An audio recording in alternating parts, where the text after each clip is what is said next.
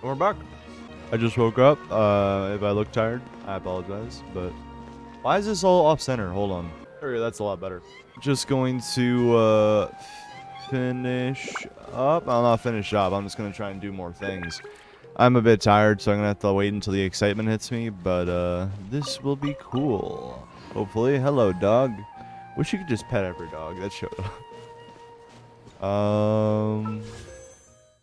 I'm honestly just gonna do one pull. It's not gonna get anything from it. So, or alright. Yeah, let's go. Let us continue. Yeah, man, the last act was so cool. Act 3, I hope, is just as cool. You're actually Nahida, aren't you? Paimon felt like Catherine was acting weird when we met at the Sumeru's festival. And Dunyarzad, did you save her? It's a really long story. We shouldn't disturb her. Her consciousness is still weakened. Let's chat somewhere else. How about by the Traveler's favorite bench? It's so weird hearing Nahida's voice out of Catherine's body. It's a bit odd.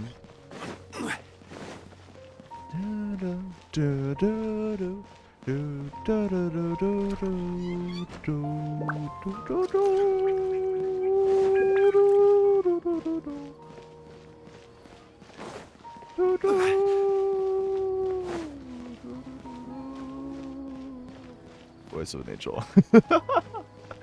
Voice of a fucking angel.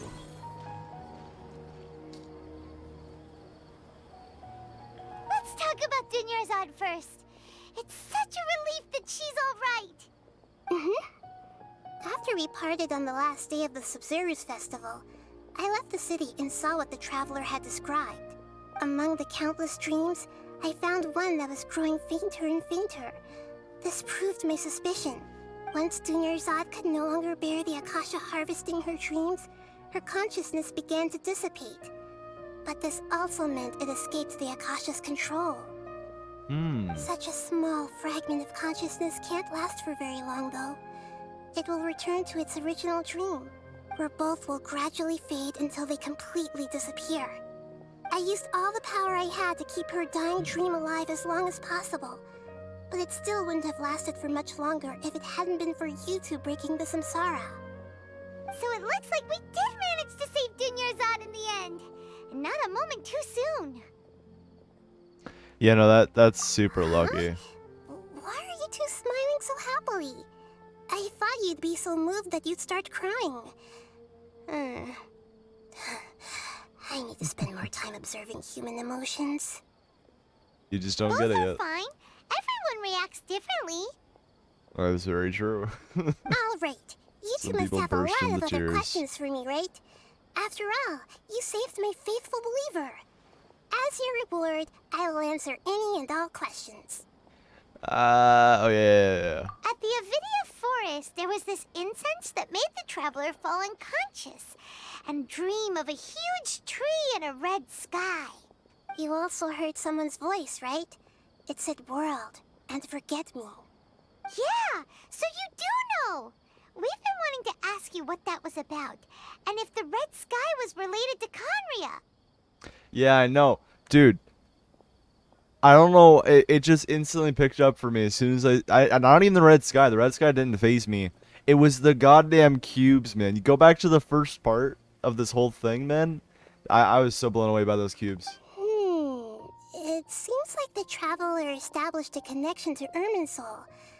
That was a message left by Greater Lord Rukkhadevata's residual consciousness in Irminsul. Perhaps her last memory before she died. As you two probably know, Greater Lord Rukkhadevata disappeared after the disaster in Conria. The timings of these events do line up, so your suspicions are reasonable.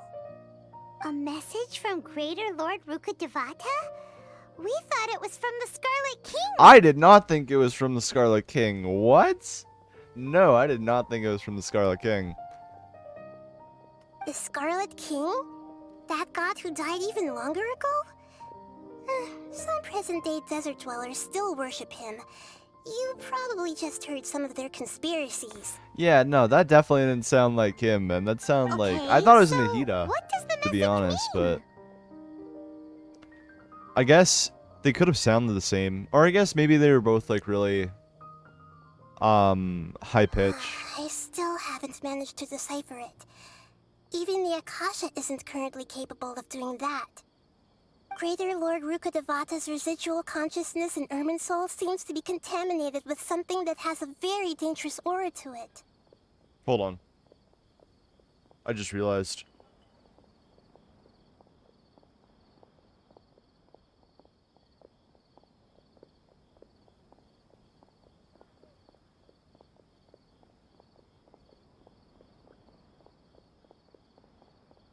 Oh, thank God.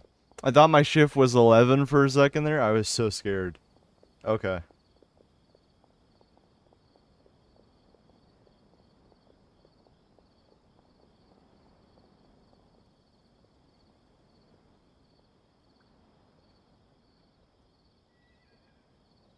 Many devoted scholars go mad as soon as they connect their consciousness. I've warned the academia about this many times, but people still keep falling victim to it. But I believe this is the key to saving Irminsul. That's why I've kept trying to decipher it. So the tree in the vision was Irminsul? Oh, Tainari also said that Irminsul is sick. Is it because of the contaminated consciousness? I swear, didn't Tainari also say that it was probably Irminsul, the tree we saw? I felt like he said that, but it's been, what, like a month or two now since that, so I guess it could easily not be that. But even if you can't figure out what that vision was all about, it seems like our search for you was all in vain.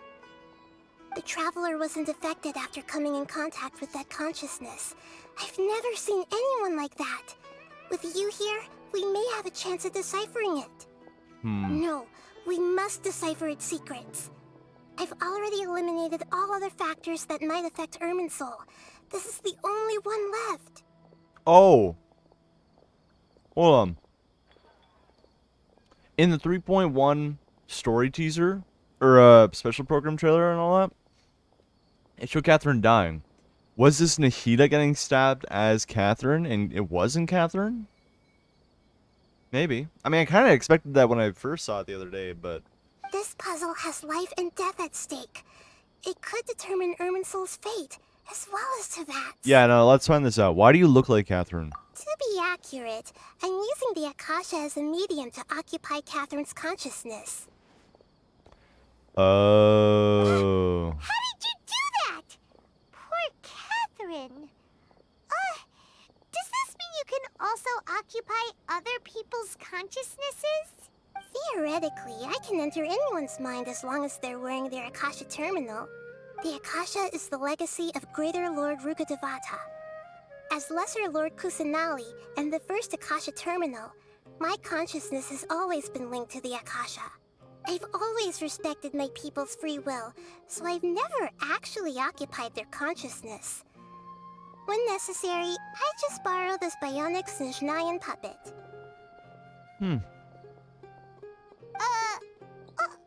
Hold on. Did we just learn some deep, dark secret?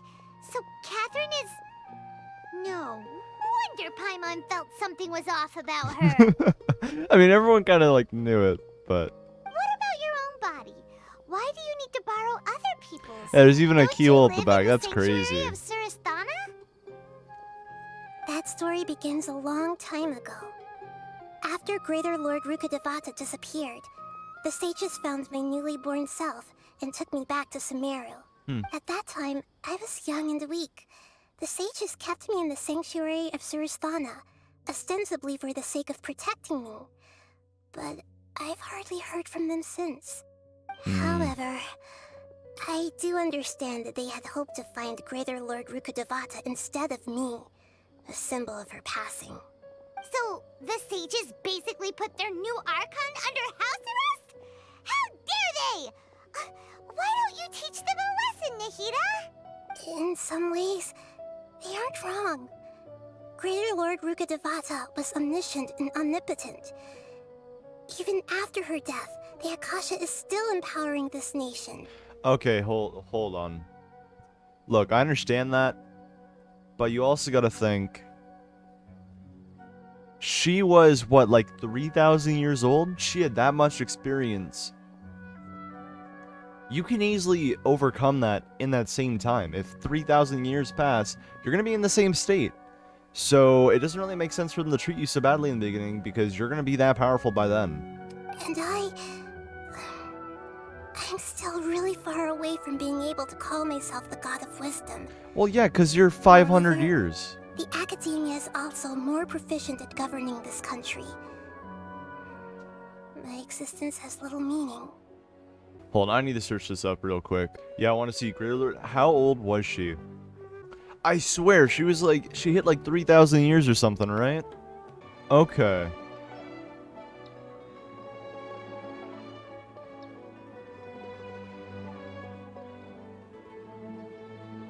This music's so good. Yeah, I'm actually gonna cry. Holy shit. Like not crying, tearing up. I'm a man. Tearing up. Let's see. I wish it would say the age. Okay.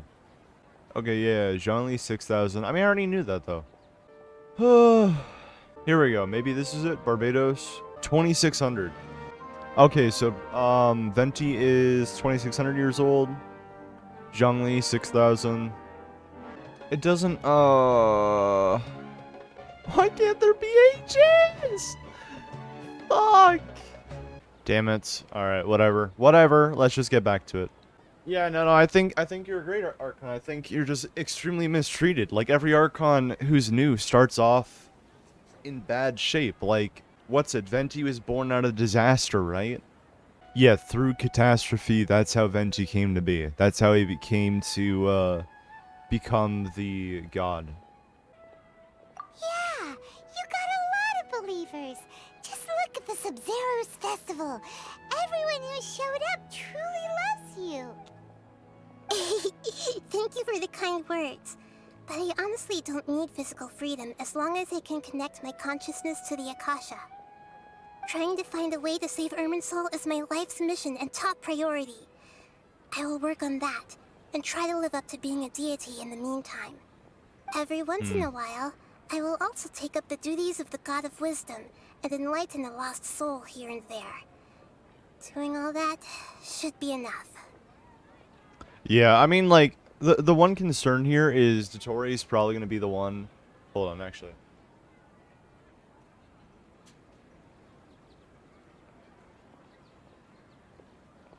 Dotori's probably going to end up being the one who takes the Gnosis this time, because obviously Scaramouche, I think, is going to have to abandon that. Because there's... He's probably going to be abandoning the Fatui. No. Child didn't abandon the Fatui. He just, like, isn't exact, like, 100% with them, I guess, just because of his, like, wanting to do battle and all that. So that's why he was playable. Scaramouche, I'm gonna have to see, like, something happen for that to make sense. Yeah, about the, Sage's plan. There's never been any big problems with the Academia's governance of Sumeru. This is the first time I've seen them step out of line. I wonder what caused them to go down this path, and what they hope to achieve.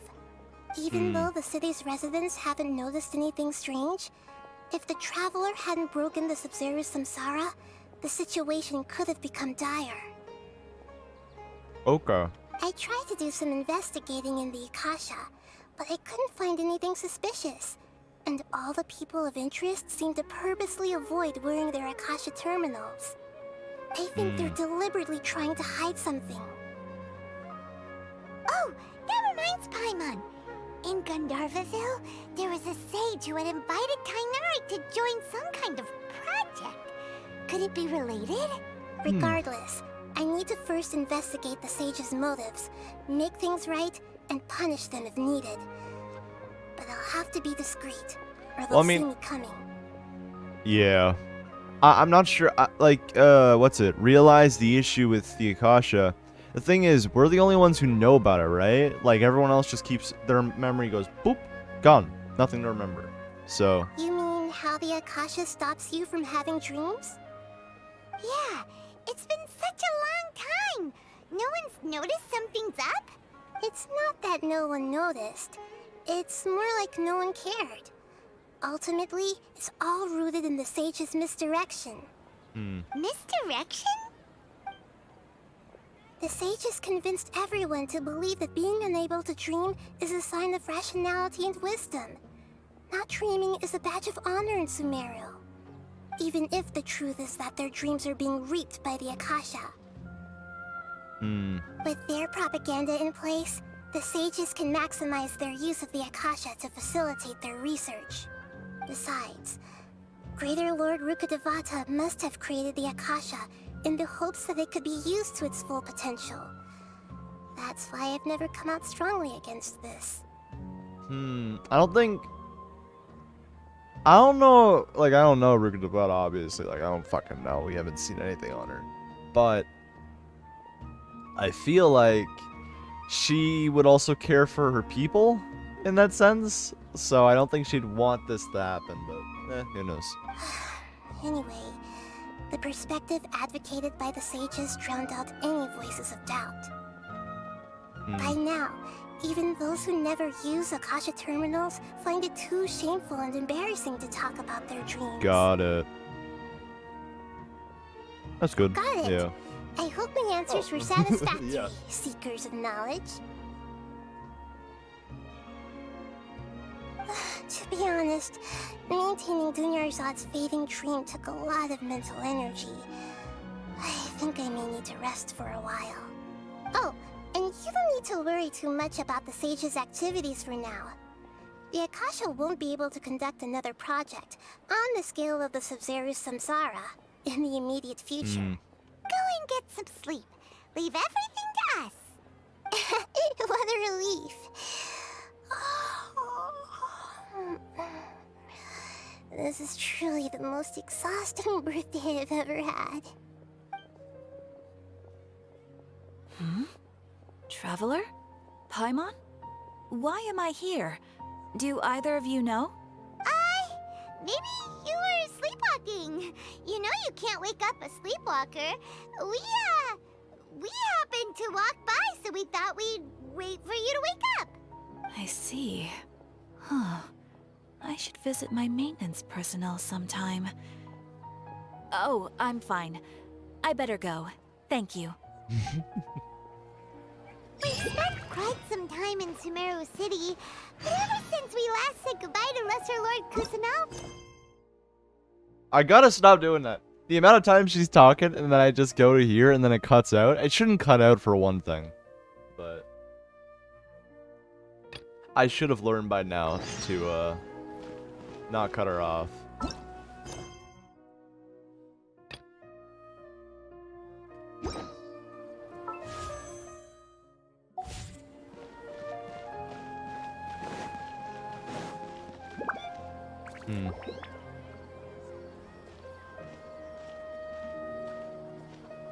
Ad Astra Avisask. We meet again, you two. Hi, Catherine. Do you have any commissions for us today? Commissions, huh? Let me think. Oh, how about this? Please attend the Academia's Academic Symposium this afternoon and recite a love poem on stage. Wait, say what now? And if What? possible, please also use your camera to capture the reaction of the audience upon finishing the poem. Huh? What kind of commission is that? I see. It Yeah. appears that you're not interested in this commission. In that case, please go to Port Ormos and convince the Eremites there to spend some time volunteering at the local orphanage. They literally just like, what? Whoever made that commission just really wanted to piss off the academia. Hey, that's not any better. Would not be surprised if it was Shinari. I'm sure the mercenaries will have some interesting reactions as well. Paimon's gotta ask. Just who exactly Yeah. has been submitting these commissions to the Adventurers Guild? Oh, The commissioner? Well, actually, I just wanted to see the two of you in action. Was Yeah, it so yeah. obvious? I was hoping you would actually take one of those commissions. That kind of chance to observe humans doesn't come by often. That's So it's ridiculous. Nahida. I just knew Catherine wouldn't crack those kinds Oh of jokes. no. When did you get into her head? From when she said, "Ad Astra Abyssosque"? Yo, I just so if we're going to the Eremites, right? The Eremites are probably gonna get super pissed at us, try and kill us for whatever reason, and then Catherine's gonna get stuck in the crossfire. I'm just trying to predict when that cutscene's gonna happen. So it's been you this whole time? Are you done resting up, Nahida? Yes. I've been sleeping ever since we parted ways, and I even had a really, really long dream. It was another dream about the Sub-Zero's festival, except it was a happy one. If only it was like In the my other dream, one. I was sitting in the middle of The the ending of flower that one was terrace, so good. and I mean, the everyone rest in of it was Sumeru shit, City but was holding hands as they danced in circles around me. They danced round and round, and everyone looked really happy. I also got to sit on a gigantic flower carriage. Ferris, the Knight of Flowers, raised me really, really high above the ground, and I was throwing an endless amount of Yalda candies at the children. You know, Nahida, maybe your dream is how the Sub-Zero's festival really should be. It's meant to be a joyous time where everyone gets together to celebrate your birthday. yeah, but in reality. Wasn't I describing a really happy dream? Why are you both looking at me like that? Wait, could this be an example of the emotion known as pity? Pity? No, we aren't pitying you. That would only make everything worse. We just don't want you to feel too sad. By the way, have you had a chance to visit Dunyarzad? How's she doing? The Homianis haven't allowed any visitors after the festival, so we haven't been able to check on her. Yes, I paid her a visit right after I woke up. She was resting at the time.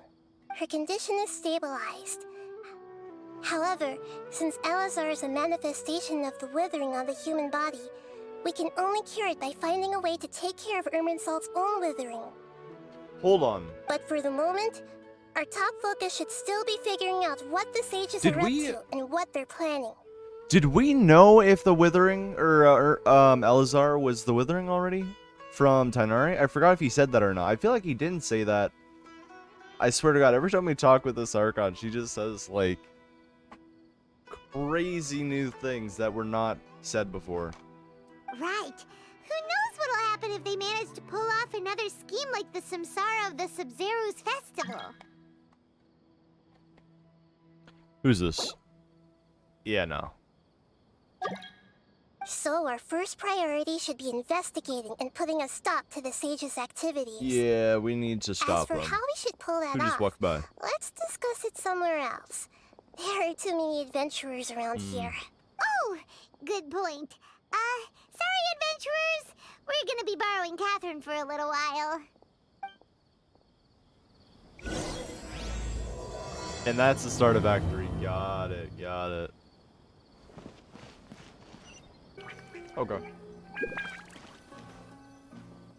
Let's Let's see. continue our chat here. Oh, this is still in the open. So do you have any ideas on how we can investigate the sages, Nahida?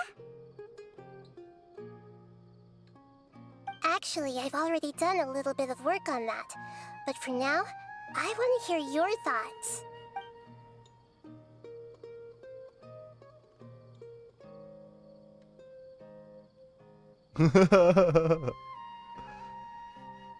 We're in the dark as of now.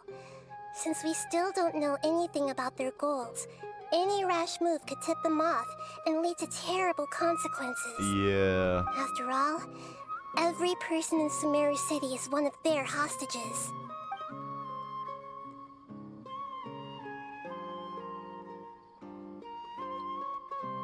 No way, that's too risky. Why would that be risky? You mean it'd be too easy to get caught?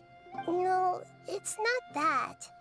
We shouldn't involve innocent students in this. I mean, that's fair, A single but mistake could completely ruin their lives. we could become students. Harry Potter. Doing that would be ignoring the safety of my people for my own selfish goals. How is that any different from what the sages are doing? That's a good point. Spoken like the god of Sumeru. I mean, I feel like that's... I've already tried that. But all the key members of the academia, even the core 30 guards, intentionally avoid wearing their Akasha terminals. They know about the possession. It seems that from the very beginning, they've been guarding against info leaks from the Akasha. Of course, it could also be because they're wary of me. Have you already caught the sage's attention?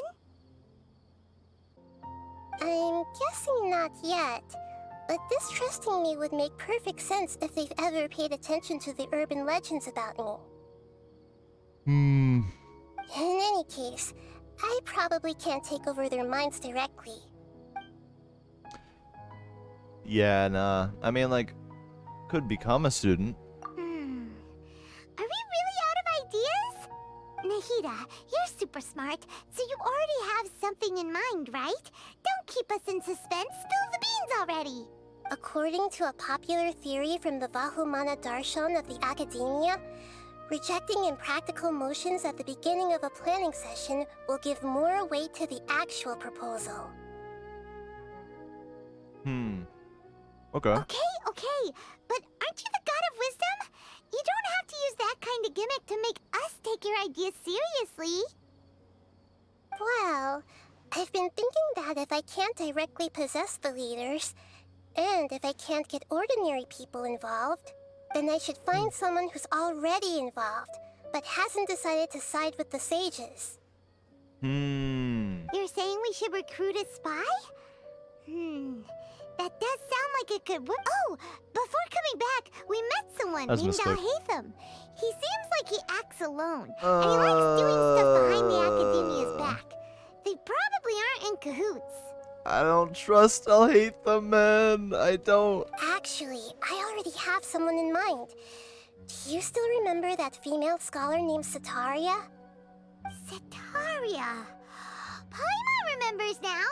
Isn't she the one who's always trailing behind the Grand Sage of the Academia? We ran into her basically every time the Sub-Zero's festival repeated itself. You could even say we're old enemies by now. Paimon still remembers the smug and mean way she always spoke to Nilu. I've always liked observing all kinds of people, and Setaria has always stood out from the crowd. She was born in the desert and was hailed as their greatest genius. Her academic gifts allowed her special admission into the academia, and also gave her the opportunity to serve as the sage's assistant. Oh, Paimon didn't know she was from the desert. She must be pretty special then. Paimon feels like most of the desert dwellers around the city are working as mercenaries.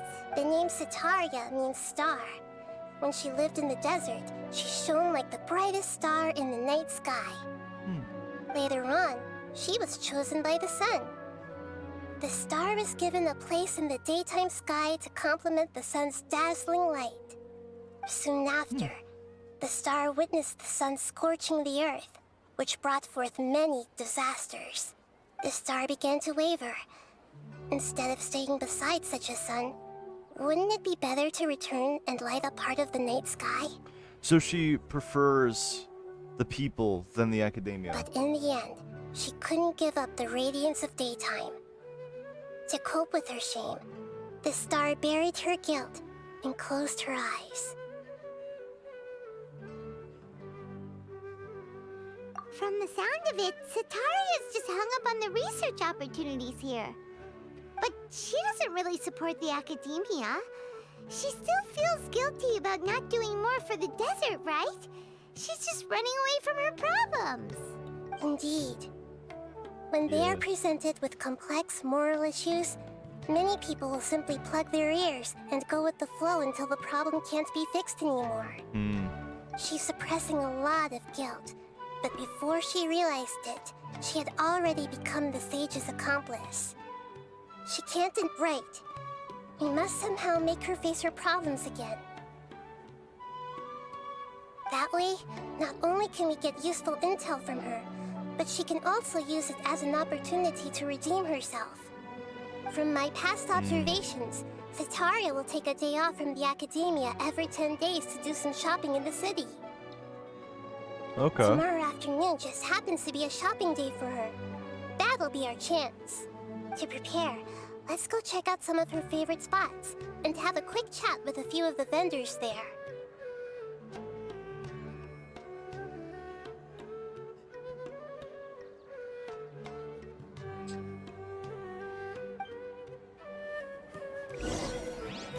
Okay. Yeah, let me investigate this board real quick.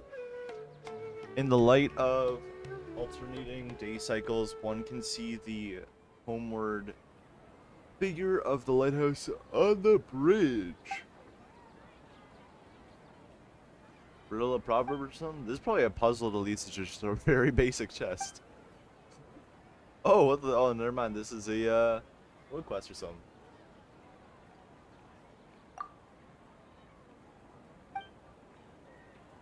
An academia researcher named Drusus. Drusus? That's a weird. That's not one. He's eccentric even among the academia. Okay. So, he's literally, well, no, he does metaphors and stuff, but yeah. Okay.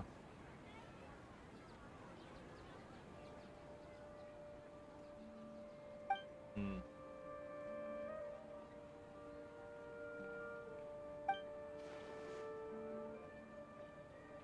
Yeah, I thought so. It's just gonna be a very basic chest, though. It's not gonna be a luxurious or anything.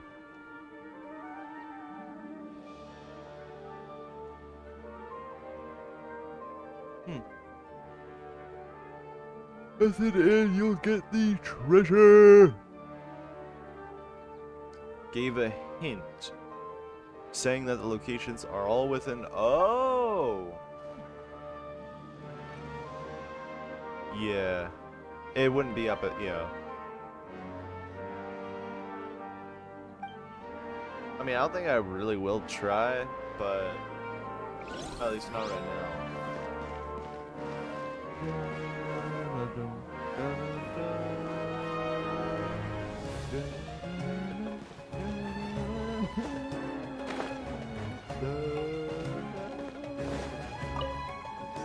No, my artifacts!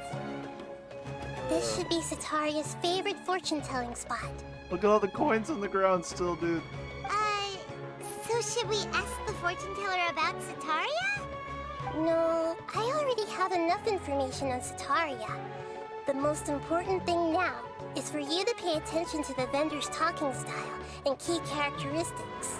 Talking style and key characteristics? My poor lost lambs, have you become troubled over your fates? The divine voice of wisdom often echoes between mine ears. If thou be blessed today by the gods, I may be able to show you the way. Why does she sound like a weird official? Huh? Really? Nahida, you've been whispering things to her? Shh. My friend here has some doubts regarding his future. Can we get a fortune reading for him? Of course, of course. In that case... The cats have coins! It would seem that Harut and Marut are quite wary of you. Perhaps, at some time in the past, you have somehow offended the gods. Only mocking the god of Animo, questioning the Lord of Geo's financial savviness, and brawling with the god of Electro. Do those count? Oh, nothing.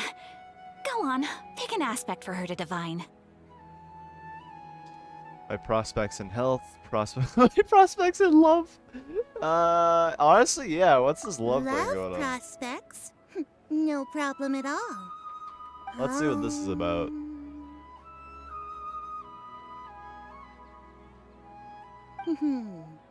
The gods have spoken. The truth shall be revealed. One who is fated to cross your path will appear on... Huh? So many people will fall for you. How could that be? What? Marut, did you two spoil my divination? I've never read a fortune so absurd. They don't know. They don't know Actually, nothing. Paimon thinks this is probably the most accurate fortune telling you've ever done. I admit that the orientation of today's celestial matrix is suboptimal. As such, there will be no charge. Is that so? Well, that can't be helped. That if was you so were weird. to bring some food offerings for Heart and Marut I guess on it your kind of next makes. visit, You know what? perhaps they could help you reverse the wheels. Kind of of makes fate. sense. Because what's it called? I think it's referring to all of the characters be unlocked. I think that's pretty fair. I don't know about fall for them. I feel like that's a bit much, but then it could also just be a simple misread. But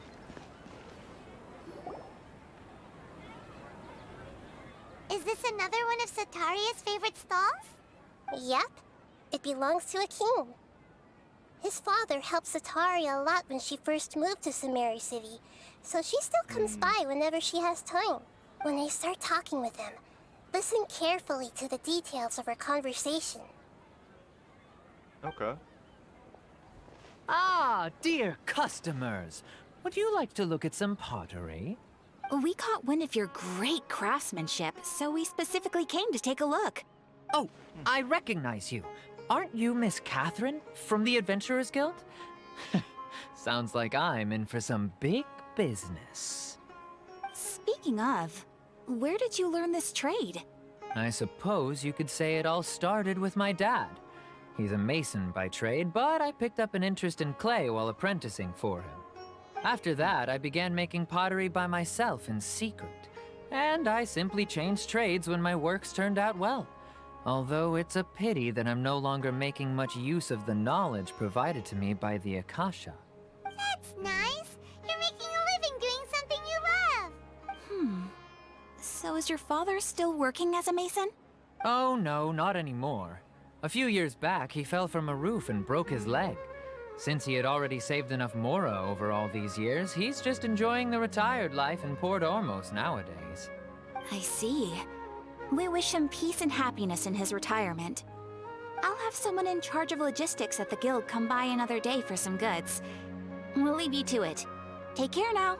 No problem. Rest easy, all our goods are sure to meet your every need. Kind of. I don't think he is, but he kind of sounds like Let me get the voice actor.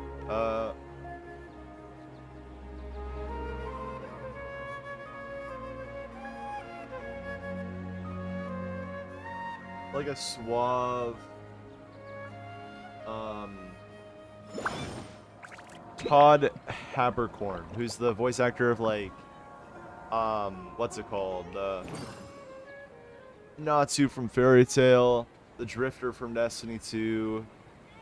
Oh, he was in another role recently, but I can't remember what it was. Yeah, what's it? Kid from, Soul Eater.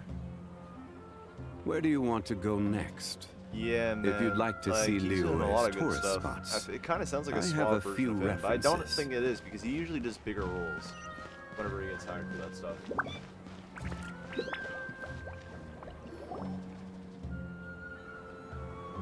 This should be our final stop. Sataria's always thinking of this restaurant when she's working at the academia, so she always comes by whenever she's out in the city. Nahida, you've really thought of everything. It's my duty to protect Sumeru's citizens, after all. Hi there. I feel like I've seen you down by the docks before.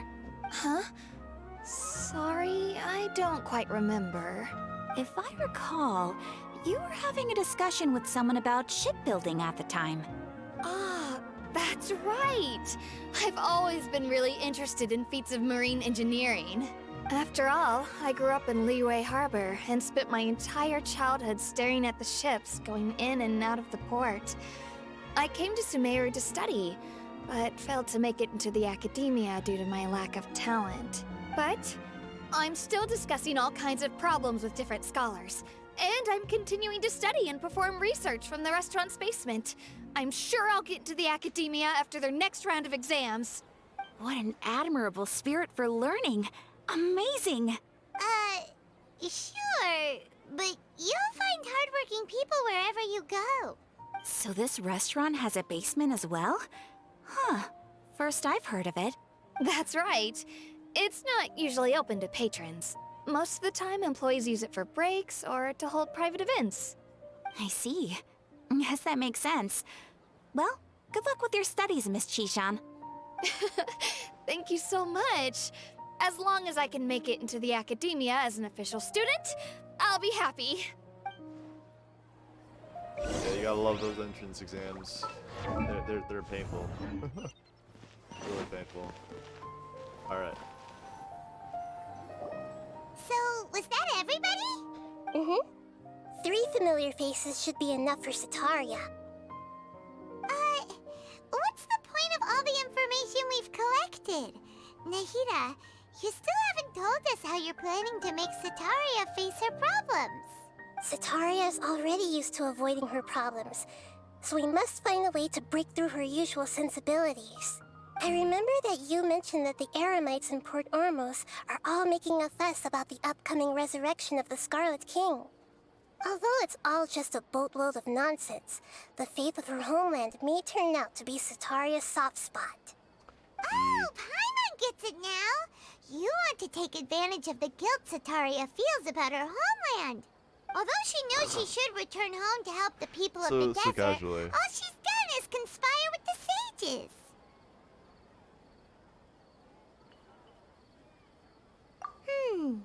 So how do we set that up?